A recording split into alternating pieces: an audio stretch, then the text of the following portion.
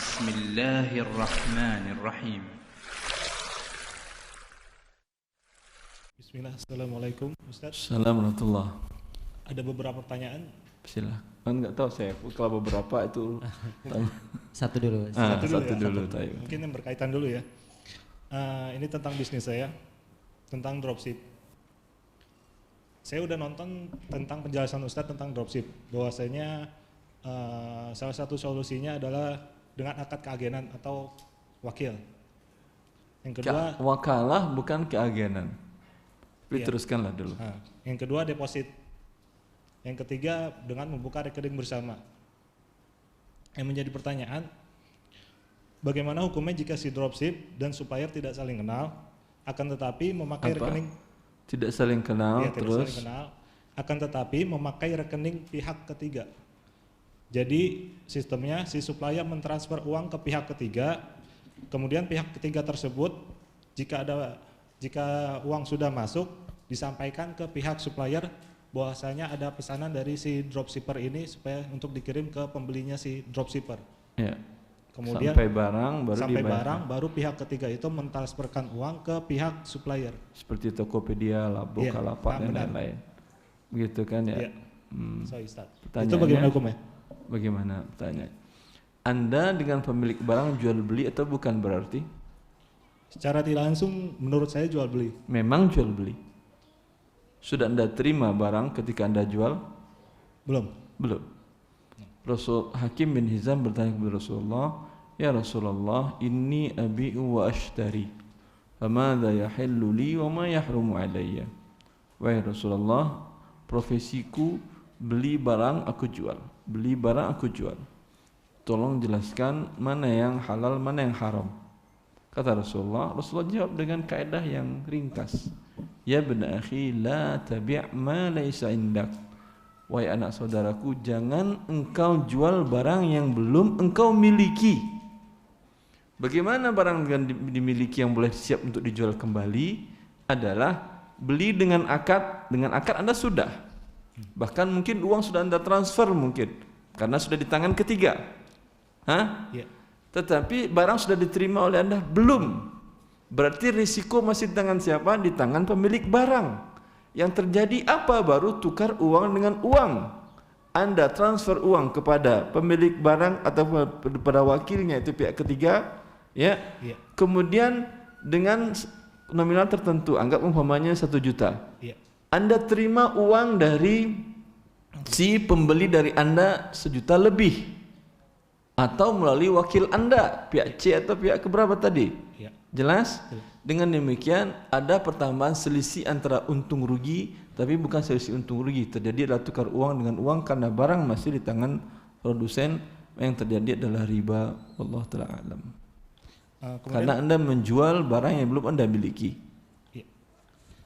Kemudian ini Ustadz, ada beberapa syubhat yang yang sampai bagaimana jika di solusi dengan akad salam. Sudah saya jelaskan juga kalau nggak salah di buku Harta Haram. Saya sudah baca di buku Harta Haram itu, saya baca berulang kali, akan tapi saya masih kurang paham. Nggak ada masalah. Akad salam ya biasa dilakukan oleh Rasulullah sallallahu alaihi wasallam dan para sahabat ya, dengan hikmah di balik itu seperti dia kebalikan dari bai' taqsid, jual kredit. Baik bisamanin ajil. Kalau rumah Anda terima sekarang, hari ini Anda terima. Motor Anda hari ini terima. Mobil hari ini Anda terima. Pembayaran nanti nyicil berangsur atau nanti sekaligus sekitar 5 tahun 6 tahun lagi. Kira-kira harganya sama dengan cash atau lebih mahal? Lebih mahal. Pasti. Kalau ada yang mengatakan haram, pendapat ini sama dengan pendapat jahiliyah yang pernah saya jelaskan, ya atau tidak? Kalau ada pun yang siap sama antara cash dengan harga 10 tahun, silahkan angkat tangan, kita beli rumah semua dari dia. Cash harganya 100 juta, bayar selama 10 tahun juga 10 juta. Ada yang beli cash? Pasti tidak ada. Boleh, berarti dia nyumbang. Tapi pada prinsip dasarnya boleh. Baik. Kalau uang cash di awal, Anda bayar cash, rumah 10 tahun lagi setelah terimakan, harganya sama dengan cash atau lebih murah? Lebih Paham murah. antum? Iya, lebih murah. Sama seperti umpamanya Anda ingin berangkat umrah 10 tahun lagi, tapi bayar cash sekarang. Pada saat 10 tahun itu setelah jelas tanggal umpamanya 1 Januari tahun 2028. Berapa tahun lagi? 12 tahun lagi kan ya? Bayar cash sekarang. Kalau cash sekarang harganya 30 juta, untuk yang ini berapa biasanya? 10 tahun lagi antum berangkat. Bisa 10 juta? 15, 10 paling. 10, anggap 10 juta. Dari mana dia dapat caranya nanti harga naik segala macam? Ya, 10 juta biasanya orang berbisnis dalam setahun bisa nggak untung 100%? Bisa. Berarti dalam waktu 12 tahun tadi, dari uang 10 juta Anda tadi bisa nilainya nominalnya 120 juta. Ya. Walaupun harga nanti naik 50 juta, dia sudah untung 70 juta dengan menggunakan uang Anda tadi. Paham? Ini adalah cara mengumpulkan dana orang untuk permodalan. Bagus ini dalam syariat Islam. Tapi dengan syarat orang yang menjual salam ini dia harus bisa dipercaya. Anda serahkan 50 juta habis itu menghilang dia. Kemana dia mau dicari? Kabur. Seperti beberapa kasus yang banyak itu. Maka untuk akad salam ini yang Allah katakan tentang ya ayyuhallazina amanu idza tadayantum bidainin ila ajalin musamman faktubuh. Tulis kata Allah, ambil saksi. Ini akad salam maksudnya. Kata Ibn Abbas, wallahi inna salam. Kata Ibn Abbas, ini ayat ini khusus maksudnya adalah akad salam. Termasuk di sana semua akad yang tidak tunai. Ambil jaminan dari dia. Apa jaminan? Seperti kalau umrah yang mahal itu kan tiket dengan hotel. Siap saya berangkat 10 tahun lagi, tapi tolong isut tiket saya hari ini. Kan bisa kan? Bisa atau tidak beli tiket Garuda 10 tahun akan datang? Per hari ini Anda terima. Bisa atau tidak? Bisa. Bisa. Hotel bisa? Bisa. Aman Anda sudah. Mau tutup travel itu mau apapun terjadi Anda sudah bisa berangkat sendiri. Paling visa. Visa nggak terlalu mahal untuk mengurusnya. Paham tuh? Paham. Terus Kalau Anda katakan akadnya salam, untuk akad salam di masa Rasulullah sallallahu alaihi wasallam, karena tujuan hikmahnya adalah harga menguntungkan si pembeli dengan harga lebih murah. Biasanya dalam hadis Ibn Abbas, Ibn Umar dikatakan bahwa mereka melakukan akad salam di masjid Rasulullah SAW ketika datang ke Madinah. Para penduduk Madinah melakukan akad salam untuk serah terima setahun, 2 tahun, 3 tahun. Ya, musim korma sekali setahun. Kalau saya beli korma ketika mulai musim buah korma, harga pasti mahal. Ya atau tidak? iya. Saya beli setahun sebelumnya cash uang di depan. Lebih murah atau lebih mahal? Murah. Untuk setahun ke depan, 2 tahun ke depan, 3 tahun ke depan. Artinya 3 tahun lagi serahkan korma pada tanggal sekian, saya bayar uang cash sekarang.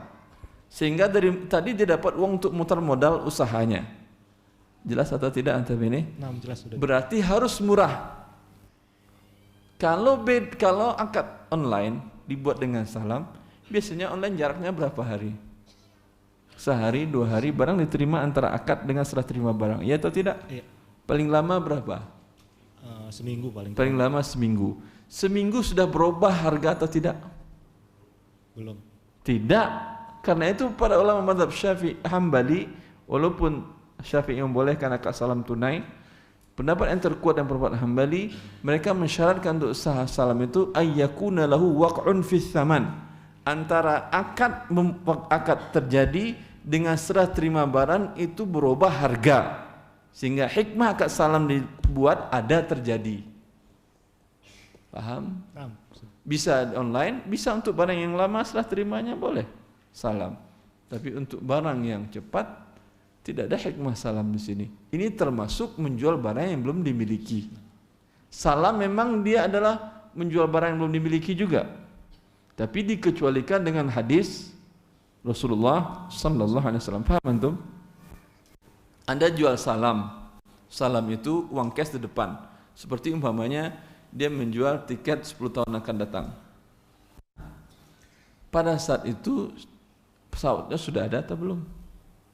Mungkin pesawatnya sudah ganti segala macam. Tidak ada, belum dimiliki dia. Boleh dijual? Boleh. Termasuk menjual barang yang belum dimiliki atau tidak? Termasuk. Tapi kenapa boleh? Karena Rasulullah membolehkan.